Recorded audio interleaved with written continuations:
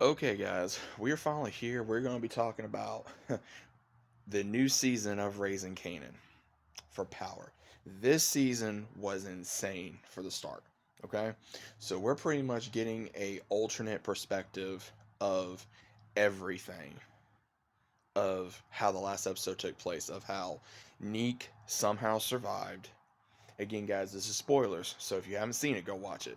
But Unique did survive. You guys have not seen the latest, episode or even the last part of the season. Unique did survive somehow, some way. He was beaten very badly by Ronnie. As soon as he was able to survive, he gets help from someone, has him go to a vet, and even the vet tells him he needs to go to the hospital because he even says that he's seen different ways of how a personality can change. I'm going to get into that in a minute. So he goes on bed rest for however many days, but he's still wanting to tell people, oh, I'm alive.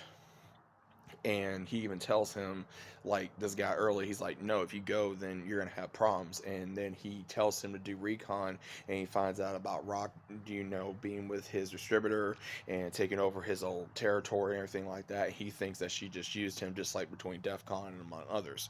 So he gets angry and he starts doing more recon to figure out. But that's when, at the very last part of the season, where he wanted to take out Ronnie himself, but he was not able to do that because, again, Kanan did it, but he doesn't know if Kanan did it because he found out that Ronnie was running with Kanan, and he thinks that Rock has something to do with it, which of course we know she didn't.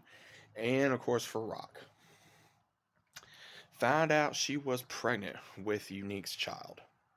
She had an abortion, got rid of it. This was her second one. So she had one before either before Kanan or after Kanan.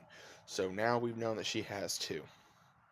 Kanan learning more about his ancestry with having a report to do because of his schoolwork, and he goes to Marvin, he goes to Lou, he goes to his grandmother, and he later finds out with his grandmother that she has cancer, but she has not told anyone about this. Lou is still having issues with all the things from the guilt of being an assassin, from being the main guy in the family, and we see more of that in there.